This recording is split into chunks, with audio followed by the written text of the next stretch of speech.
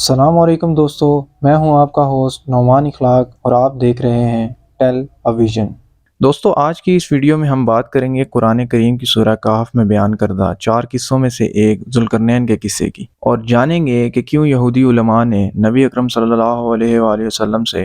ذوالقرنین کے بارے میں پوچھا۔ جدید سائنس کی روشنی میں اس قصے کی حقیقت کیا ہے اور اس قصے میں ہم مسلمانوں کے لیے کیا اسباق ہیں۔ ویڈیو میں آگے بڑھنے سے پہلے ہم ایک چیز واضح کر لیں کہ قرآن کریم میں 2 قسم کی آیات ہیں، آیات محکمات اور آیات متشابہات۔ دوستو، محکم آیات اللہ تعالیٰ کی وہ آیات ہیں کہ جس کے معنی واضح ہوتے ہیں اور وہ اللہ تعالیٰ کے احکام کو قائم کرتی ہیں، اور متشابہات آیات وہ آیات ہوتی ہیں کہ جس کے معنی واضح نہیں ہوتے اور اس میں ایک چیز کو دوسری چیز سے تشبیہ دی جاتی ہے۔ یہی وجہ ہے کہ قرآن کریم کی بہت سی آیات کے معنی صحیح طریقے سے واضح نہیں ہیں، لیکن جیسے جیسے سائنس نے ترقی کی ہے تو ہمیں کچھ آیات کے صاف معنی یا واضح معنی سمجھنے میں آسانی ہوئی ہے۔ اسی وجہ سے آج تک جو بھی سائنٹیفک ڈسکوری ہوئی ہے تو قرآن نے اس میں کوئی غلطی ہوئی اس ڈسکوری کے اندر تو اس کو درست کیا ہے۔ دوستو، جب نبی اکرم صلی اللہ علیہ وآلہ وسلم نے نبوت کا اعلان کیا تو اس وقت کے بڑے بڑے یہودی عالم نبی اکرم صلی اللہ علیہ وآلہ وسلم کے پاس آئے اور نبی اکرم صلی اللہ علیہ وآلہ وسلم سے چند سوالات کیے، جن میں ایک سوال یہ تھا کہ ذوالقرنین کون تھے اور آپ صلی اللہ علیہ وآلہ وسلم ذوالقرنین کے بارے میں کیا جانتے ہیں۔ یہ ان یہودی علماء کا سوال پوچھنا بغیر کسی وجہ کے نہیں تھا، یہ دراصل نبی اکرم صلی اللہ علیہ وآلہ وسلم کی نبوت کا امتحان لے رہے تھے کہ آیا آپ صلی اللہ علیہ وآلہ وسلم واقع ہی اللہ کے رسول اور نبی ہیں، کیونکہ ذوالقرنین کے بارے میں اللہ اور اس کے رسول اور چند گنے چنے یہودی علماء کے علاوہ کسی کو بھی علم نہیں تھا۔ جب ان یہودی علماء نے نبی اکرم صلی اللہ علیہ وآلہ وسلم سے یہ سوال کیا تو اللہ تعالیٰ نے نبی اکرم صلی اللہ علیہ وآلہ وسلم پر وحی نازل فرمائی، اور اے نبی، یہ لوگ تم سے ذوالقرنین کے بارے میں دریافت کرتے ہیں، کہہ دو کہ میں اس کا کسی قدر حال تم کو پڑھ کر سناتا ہوں۔ ہم نے ذوالقرنین کو زمین پر قائم کیا اور اسے ہر طرح کے راستے پر دسترس دی تھی۔ دوستو، ایک چیز جو یہاں پر قابل غور ہے وہ یہ ہے کہ بہت سے مفسرین نے سببہ کا ترجمہ اسباب کا یا وسائل کا کیا ہے، جبکہ عربی میں سببہ کا مطلب راستے یا سمت کا ہے۔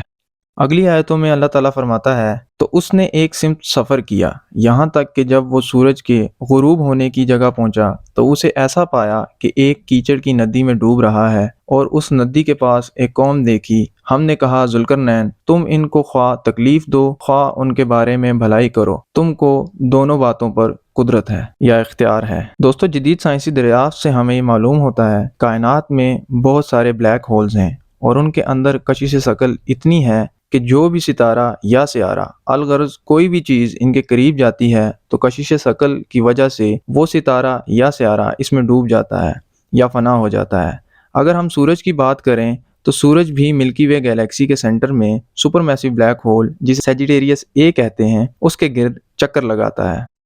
آیت کے اگلے حصے میں اللہ تعالیٰ فرماتا ہے کہ وہاں اس کو یعنی ذوالقرنین کو ایک قوم ملی جس کے بارے میں اللہ نے ذوالقرنین کو اختیار دیا، چاہے ان کو تکلیف دے یا ان کے ساتھ بھلائی کرے۔ آیت کے اس حصے پر غور کرنے سے ایسا محسوس ہوتا ہے کہ جیسے وہ قوم وہاں کسی سیارے پر تھی اور اس سیارے سمیت بلیک ہول کی طرف کشش ثقل کی وجہ سے کھینچی جا رہی تھی، جس پہ اللہ نے آیت میں پہلے فرمایا یا تو انہیں تکلیف دو، مطلب انہیں اس بلیک ہول کی طرف جانے دو اور تباہ ہونے دو، یا ان کے ساتھ بھلائی کرو اور انہیں اس میں گر کر تباہ ہونے سے بچا لو۔ اگلی آیت میں اللہ فرماتا ہے، ذوالقرنین نے کہا کہ جو کفر و بدکاری سے ظلم کرے گا اسے ہم عذاب دیں گے، پھر جب وہ اپنے پروردگار کی طرف لوٹایا جائے گا تو وہ بھی اسے عذاب دے گا، اور جو ایمان لائے گا اور عمل بھی نیک کرے گا اس کے لیے بہت اچھا بدلہ ہے، اور ہم اپنے معاملے میں اس پر کسی طرح کی سختی نہیں کریں گے بلکہ اس سے نرم بات کہیں گے۔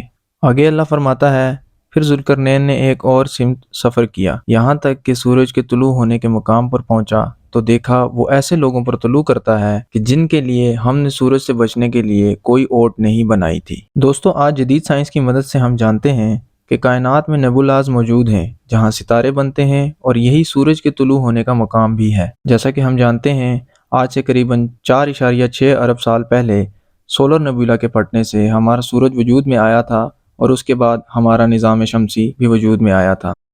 آیت کے اگلے حصے میں اللہ فرماتا ہے،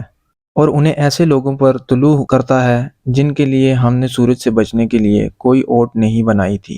یہاں اوٹ سے مراد اوزون لیئر ہے جو کہ ہماری زمین کے گرد ہے اور سورج کی خطرناک الٹرا وائلٹ ریڈیشن سے ہمیں بچاتی ہے۔ اور یہ بات قرآن سے ثابت ہے، جیسا کہ اللہ تعالیٰ فرماتا ہے، اور عبادت کرو اس رب کی کہ جس نے زمین کو فرش اور آسمان کو ایک مضبوط چھت بنایا۔ یعنی وہ قوم ایک ایسے سیارے پر تھی جس پر سورج کی خطرناک یووی ریڈیشن سے بچنے کے لیے ایٹماسفیئر میں کوئی اوزون لیئر نہیں تھی۔ اس سے آگے اللہ ذوالقرنین کے تیسرے سفر کے بارے میں فرماتا ہے، اور اس نے ایک اور سمت سفر کیا، یہاں تک کہ دو دیواروں کے درمیان پہنچا تو دیکھا کہ ان کے اس پار، یعنی ان دیواروں کے اس پار کچھ لوگ ہیں کہ بات کو سمجھ نہیں سکتے۔ ان لوگوں نے کہا، ذوالقرنین، یاجوج اور ماجوج زمین میں فساد کرتے رہتے ہیں، بھلا ہم آپ کے لیے کچھ خرچ کا انتظام کر دیں کہ آپ ہمارے اور ان کے درمیان ایک دیوار کھینچ دیں۔ جدید سائنسی تحقیق سے یہ ثابت ہے کہ پوری کائنات میں ورم ہولز پائے جاتے ہیں۔ دوستو، ورم ہول دو دور کے علاقوں کو آپس میں جوڑتے ہیں اور ان کے درمیان لمبے فاصلے کو کم کرتے ہیں۔ قرآن ان ورم ہولز کو معارج کہتا ہے اور بیان کرتا ہے کہ کیسے اللہ کے فرشتے لمبے فاصلے کے سفر کو طے کرنے کے لیے ان معارج یعنی راستوں کا استعمال کرتے ہیں۔ دوستو، کیا آپ کو پتہ ہے کہ فرکشن لیس رولر کوسٹر کیسے کام کرتے ہیں؟ وہ ایسے کہ آپ اونچی جگہ سے سست روی سے شروع کرتے ہیں، پھر آپ تیزی سے نیچے جانا شروع کرتے ہیں، لیکن جب آپ دوبارہ واپس اپنی پچھلی اونچائی والی پوزیشن پر آتے ہیں تو آپ اپنی پچھلی سست روی پر واپس آ جاتے ہیں۔ ورم ہولز سب سے میسر رولر کوسٹر ہیں۔ ورم ہولز میں آپ کو توانائی کی ضرورت نہیں ہوتی، کشش ثقل آپ کو کھینچتی ہے اور دوسری طرف سے باہر نکال دیتی۔ آپ ساحل سمندر پر لہروں میں بہہ جانے کی طرح محسوس کرتے ہیں اور کشش ثقل کی وجہ سے آپ کا وقت آہستہ آہستہ چلتا ہے، لیکن جب آپ دوسری طرف سے باہر نکلتے ہیں تو سب کچھ معمول پر آ جاتا ہے۔ اللہ قرآن میں فرماتا ہے،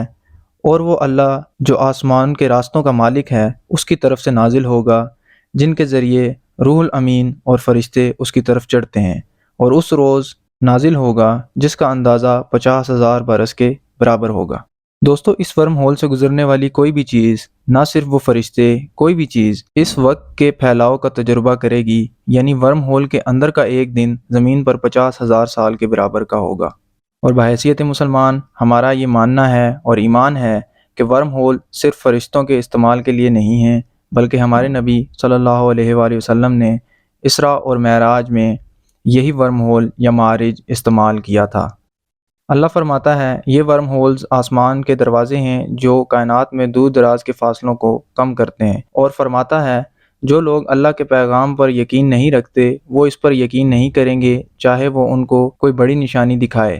اس نے آسمانوں میں خوبصورت برج بنائے ہیں، اگر وہ ان کافروں کے لیے جنت کا ایک دروازہ کھول دے اور انہیں دور دراز برجوں تک جانے کی اجازت دے دے تو بھی وہ یقین نہیں کریں گے کہ وہ چند قدم چل کر وہاں پہنچے ہیں، بلکہ وہ سوچیں گے کہ یہ صرف نظر کا دھوکہ ہے۔ اللہ فرماتا ہے، وہ اس قرآن پر ایمان نہیں لائیں گے باوجود اس کے کہ ان سے پہلے بہت سی قومیں تباہ ہو چکی ہیں، اور اگر ہم ان کے لیے آسمانوں کا ایک دروازہ کھول بھی دیں جس سے وہ چڑھتے چلے جائیں، پھر بھی وہ کہیں گے کہ ہماری آنکھیں چمک گئی ہیں، در حقیقت ہم پر جادو کر دیا گیا ہے۔ اللہ تعالیٰ ایک اور آیت میں فرماتا ہے، بے شک ہم نے آسمان میں برج بنائے ہیں اور ان کو دیکھنے والوں کے لیے زینت بنایا ہے، اور ہم نے اسے شیطان مردود سے محفوظ رکھا۔ اللہ فرماتا ہے کہ مومن ان ورم ہول کے راستوں سے جنت میں جائیں گے جبکہ یہ راستے کافروں کے لیے نہیں کھلیں گے۔ اللہ فرماتا ہے، یقیناً جو لوگ ہماری آیتوں کو جھٹلاتے ہیں اور ان سے تکبر کرتے ہیں، ان کے لیے نہ آسمان کے دروازے کھولے جائیں گے اور نہ وہ جنت میں داخل ہوں گے، یہاں تک کہ اونٹ سوئی کے ناکے سے گزر جائے۔ ہم بدکاروں کو اسی طرح بدلہ دیتے ہیں۔ اونٹ سوئی کے ناکے سے گزر جائے، یہ ورم ہول کے اندر کی لمبائی کا سکڑنا ہے۔ قرآن کریم میں لمبائی کے سکڑنے، وقت کے پھیلاؤ اور نقل و حمل کی وضاحت کی گئی ہے، لیکن یہ صرف ورم ہولز کی خصوصیات ہیں۔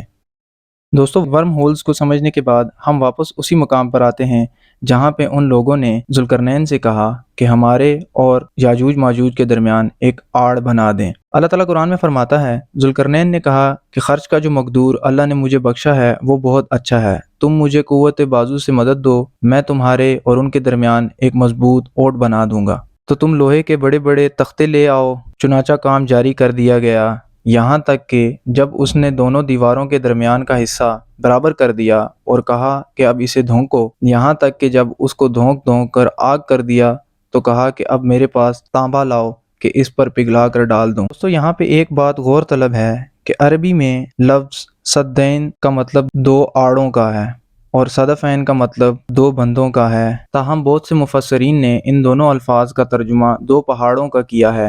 جو سراسر غلط ہے۔ در حقیقت یاجوج ماجوج کا قبیلہ ان دو بندوں یعنی دو آڑوں کے پیچھے قید ہے،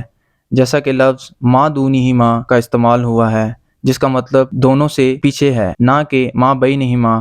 جس کا مطلب دونوں کے درمیان کا ہے۔ دوستو، یاجوج اور ماجوج تب ہی قید ہو سکتے ہیں جب ان دونوں بندوں میں سے دوسرا بند زمین پر نہ ہو۔ اس راستے کا ایک سرا یا اس ورم ہول کا ایک سرا تو زمین پر ہو سکتا ہے، لیکن دوسرا سرا زمین پر نہیں ہو سکتا۔ اس قصے کے تناظر میں دوسرا سرا کسی دوسرے سیارے پر ہے۔ تو دوستو، اس سے یہ ثابت ہوتا ہے کہ یاجوج ماجوج دو بندوں سے اس پار کسی اور سیارے پر قید ہیں، نہ کہ زمین پر۔ کسی دن یہ بند ٹوٹ جائیں گے اور یاجوج ماجوج اس سیارے سے زمین پر آ اتریں گے، جیسا کہ اللہ تعالیٰ قرآن میں فرماتا ہے۔ پھر ان میں یہ قدرت نہ رہی کہ اس پر چڑھ سکیں اور نہ یہ طاقت رہی کہ اس میں نقب لگا سکیں۔ ذوالقرنین بولا کہ یہ میرے پروردگار کی مہربانی ہے، جب میرے پروردگار کا وعدہ آ پہنچے گا تو وہ اس کو ڈھا کر ہموار کر دے گا، اور میرے پروردگار کا وعدہ سچا ہے۔ اس روز ہم ان کو چھوڑ دیں گے کہ روئے زمین پر پھیل کے ایک دوسرے میں جا گھسیں، اور سور پھونکا جائے گا تو ہم سب کو جمع کر لیں گے۔ دوستو، سیدنا ابو ہریرہ رضی اللہ تعالیٰ عنہ سے روایت ہے، نبی صلی اللہ علیہ وآلہ وسلم نے فرمایا، یاجوج ماجوج روزانہ دیوار کو کھودتے ہیں، جب سورج غروب ہونے لگتا ہے تو ان کا امیر کہتا ہے، واپس چلو، کل تم اسے کھود لو گے، لیکن جب وہ دوسرے دن واپس آتے ہیں تو وہ دیوار پہلے سے بھی زیادہ سخت ہو چکی ہوتی ہے۔ ہر روز یہی ہوتا ہے، حتیٰ کہ جب ان کا مقررہ وقت پورا ہو جائے گا اور اللہ تعالیٰ یہ ارادہ کر لے گا کہ وہ لوگوں کی طرف نکل آئیں تو اسی طرح کھودنا شروع کریں گے۔ جب سورج غروب ہونے کے قریب ہوگا تو اس بار ان کا امیر کہے گا، واپس چلو، اگر اللہ نے چاہا تو باقی کل کھود لیں گے۔ اس دفعہ وہ انشاءاللہ کہے گا۔ دوسرے دن جب وہ وہاں واپس آئیں گے تو اسے اسی حالت میں پائیں گے جس میں چھوڑ کر گئے تھے، چنانچہ وہ اسے کھود لیں گے اور لوگوں کی طرف نکل آئیں گے اور زمین پر اتر کر پھیل جائیں گے۔ وہ سارے پانیوں کو پی جائیں گے اور لوگ ان سے ڈر کر اپنے قلعوں میں بند ہو جائیں گے۔ زمین پر قبضہ جما لینے کے بعد یاجوج ماجوج آسمانوں کی طرف تیر پھینکیں گے، وہ تیر خون آلود ہو کر واپس آئیں گے۔ یہ دیکھ کر وہ کہیں گے کہ ہم زمین والوں پر بھی اور آسمان والوں پر بھی غالب آ گئے ہیں۔ پھر اللہ ان کی گردنوں میں ایک کیڑا پیدا کرے گا جس کی وجہ سے وہ مر جائیں گے۔ اس کے بعد اللہ تعالیٰ آسمان سے بارش برسائے گا جس سے ان کا زمین سے صفایا ہو جائے گا، اور اس کے بعد کے 40 سال خوشگوار اور برکتوں والے ہوں گے جن میں بہت کشادگی ہوگی۔ دوستو، آج کی ویڈیو میں اتنا ہی، اور اگر ویڈیو پسند آئی تو ویڈیو کو لائک، شیئر اور کامنٹ ضرور کرنا، اور چینل کو سبسکرائب کرنا۔ ملتے ہیں اگلی ویڈیو میں، تب تک کے لیے اپنا خیال رکھنا۔ اللہ حافظ۔